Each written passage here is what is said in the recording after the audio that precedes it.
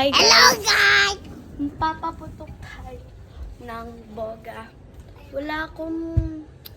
I don't care if kapitbahay ko yung barangay. Malapit lang, katapat lang yun. Ayun lang oh. So, lalagyan natin ng denatured.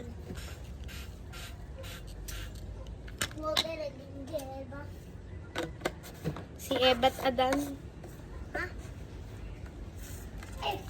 Shake, shake it, shake it.